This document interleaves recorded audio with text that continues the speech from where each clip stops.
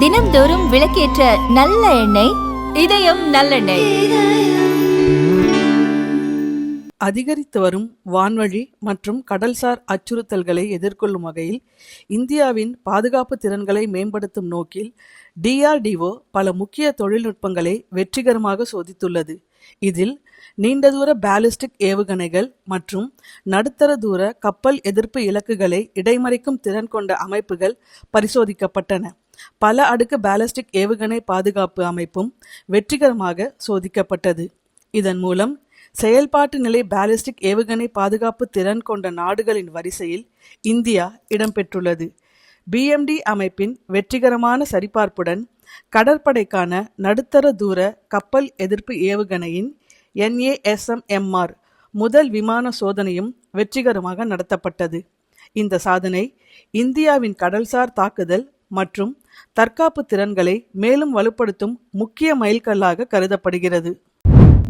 இந்திய இராணுவ அகாடமியின் 2026ஆம் ஆண்டின் பயிற்சி நிறைவு அணிவகுப்பு டெஹ்ராடூனில் உள்ள வரலாற்று சிறப்புமிக்க செட்வோர்ட் கட்டடத்தின் முன்பாக நடைபெற்றது. இதையடுத்து 9 பெண் பயிற்சி படைவீரர்கள் உட்பட மொத்தம் 515 பயிற்சி படைவீரர்கள் இந்திய இராணுவத்தில் அதிகாரிகளாக நியமிக்கப்பட உள்ளனர். மேலும் 16 நட்பு நாடுகளை சேர்ந்த 34 அதிகாரி பயிற்சி படை வீரர்களும் இந்த பட்டமளிப்பு அணியில் இடம்பெற்றுள்ளனர்.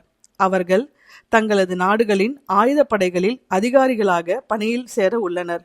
முதன்முறையாக இந்திய இராணுவ அகாடமியில் 9 பெண் பயிற்சி படை வீரர்கள் பயிற்சியை வெற்றிகரமாக முடித்துள்ளனர். பதவி நியமன நாளில் இந்திய இராணுவத்தில் நேரடி நிரந்தர பணி நியமனம் பெறும் முதல் பெண் அதிகாரிகள் குழுவாகவும் அவர்கள் இருப்பார்கள். இதுவரை பெண் அதிகாரிகள் முதலில் ஷார்ட் சர்வீஸ் கமிஷன் அதிகாரிகளாகவே பணியில் சேருவார்கள். குறிப்பிட்ட காலத்திற்கு பணியாற்றிய பிறகு அவர்கள் நிரந்தர பணி ஆணை நிலையை பெறுவதற்கு தகுதி பெறுவார்கள். பிரதமர் மோடி பிரான்ஸ் மற்றும் ஸ்லோவோகியாவிற்கு அரசுமுறை பயணம் மேற்கொள்கிறார். எவியனில் நடைபெறும் G7 உச்சி மாநாட்டில் பிரதமர் மோடி பங்கேற்கிறார். இந்த மாநாட்டின் போது அமெரிக்க அதிபர் ட்ரம்பை அவர் சந்திக்க உள்ளதாக வெள்ளை மாளிகை அறிவித்துள்ளது. அசாமின் ஜோர்ஹாட் விமானப்படை தளத்தில் AN-32 விமானம் விபத்துக்குள்ளானதில் இந்திய விமானப்படையை சேர்ந்த 5 வீரர்கள் உயிரிழந்துள்ளனர். இந்த விபத்தில் காயமடைந்த இணை விமானிக்கு தற்போது சிகிச்சை அளிக்கப்பட்டு வருகிறது. விபத்திற்கான காரணத்தை கண்டறிய இந்திய விமானப்படை நீதிமன்ற விசாரணைக்கு உத்தரவிட்டுள்ளதாக விமானப்படை அதிகாரிகள் தெரிவித்துள்ளனர். அசாம் மாநிலம் ஜோர்ஹாட்டில் நடந்த AN-32 விபத்தில் 5 விமானப்படை வீரர்களை இழந்தது ஆழ்ந்த வேதனையை அளிக்கிறது. அவர்களின் துணிச்சலும் நாட்டுக்கான சேவையும் எப்போதும் பெருமையுடனும் நன்றியுடனும் நினைவு கூறப்படும். அவர்களின் குடும்பங்களுக்கு என் ஆழ்ந்த இரங்கலை தெரிவித்துக் கொள்கிறேன். இந்த துயரமான நேரத்தில் நாடு அவர்களுடன் உறுதியாக நிற்கிறது என்று மத்திய பாதுகாப்புத்துறை அமைச்சர் ராஜ்நாத் சிங் தெரிவித்துள்ளார். மக்கள் தொகை மாற்றங்கள் தொடர்பான ஆய்வுக் கூட்டத்திற்கு மத்திய உள்துறை அமைச்சர் அமித்ஷா தலைமை தாங்கினார். எல்லை பகுதிகளில் உள்ள மாவட்டங்களில் ஏற்பட்டு வரும் மக்கள் தொகை மாற்றங்களை விரிவாக ஆய்வு செய்ய வேண்டும் என அவர் அறிவுறுத்தினார். சரியான நிலைமையை மதிப்பிடுவதற்காக எல்லை பகுதிகள், பெருநகரங்கள் மற்றும் தொழில் நகரங்களுக்கு நேரில் சென்று ஆய்வு மேற்கொள்ளவும் ஆணையத்திற்கு அவர் உத்தரவிட்டுள்ளார். இராணுவ தலைமை துணை தளபதியாக பணியாற்றி வரும் லெப்டினன்ட் ஜெனரல் தீரஜ் சேத் 2026 ஜூன் 30 முதல் இந்திய இராணுவத்தின் அடுத்த தலைமை தளபதியாக நியமிக்கப்பட்டுள்ளார். தேசிய பாதுகாப்பு அகாடமியின் முன்னாள் மாணவரும் கவசப்படைப்பிரிவு அதிகாரியுமான லெப்டினன்ட் ஜெனரல் சேத் சுமார் 40 ஆண்டுகளாக பல்வேறு முக்கிய பொறுப்புகளில் பணியாற்றி சிறப்பான அனுபவத்தை உடையவர். ஜெனரல் உபேந்திர திவேதி 2026 ஜூன் 30 அன்று ஓய்வு பெறும் நிலையில் அதற்கு பிறகு அடுத்த தலைமை தளபதியாக ஜெனரல் தீரஜ் சேத் பொறுப்பேற்க உள்ளார்.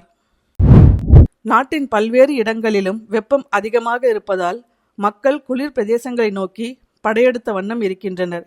ஹிமாச்சல பிரதேசம் மண்டி குழு சாலையில் அதிக அளவில் சுற்றுலா பயணிகள் மணாலி நோக்கி செல்வதால் நீண்ட வரிசையில் கார்கள் நின்றன.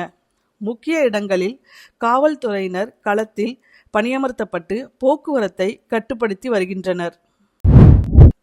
துபாயிலிருந்து அகமதாபாத்திற்கு வந்த இண்டிகோ விமானம் விமான நிலையத்திற்கு வந்தபோது நடத்தப்பட்ட சோதனையில் சுங்கத்துறை அதிகாரிகள் விமான பொறியாளர்களின் உதவியுடன் விமானத்தின் முன்புற கழிப்பறையில் உள்ள ஸ்பீக்கர் பெட்டிக்குள் கருப்பு பிளாஸ்டிக் டேப்பால் சுற்றப்பட்ட 2 பைகளிலிருந்து ரூபாய் 4,86,89,325 மதிப்புள்ள தூய்மையான 24 தங்க கட்டிகள் கண்டுபிடித்தனர். இதற்கு சட்டப்பூர்வ உரிமையை யாரும் கோரவில்லை.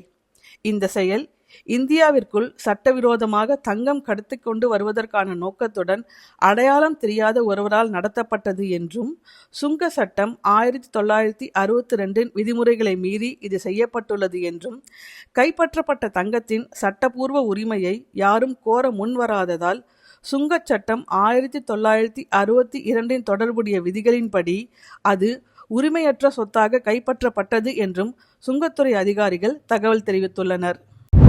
வெளியுறவுத்துறை அமைச்சகம் ஏற்பாடு செய்யும் கைலாஷ் மானசரோவர் யாத்திரை தொடர்பாக போலியான அறிவிப்புகள் மற்றும் விளம்பரங்கள் இணையத்தில் பரவி வருவது கவனிக்கப்பட்டுள்ளது. இது போன்ற அறிவிப்புகள் மற்றும் விளம்பரங்கள் குறித்து எச்சரிக்கையாக இருக்கவும். வெளியுறவுத்துறை ஏற்பாடு செய்யும் கைலாஷ் மானசரோவர் யாத்திரைக்கான ஒரே அதிகாரப்பூர்வ இணையதளம் kmy.gov.in மட்டுமே என்று வெளியுறவுத்துறை செய்தி தொடர்பாளர் ரந்தீர் ஜெய்ஸ்வால் தெரிவித்துள்ளார்.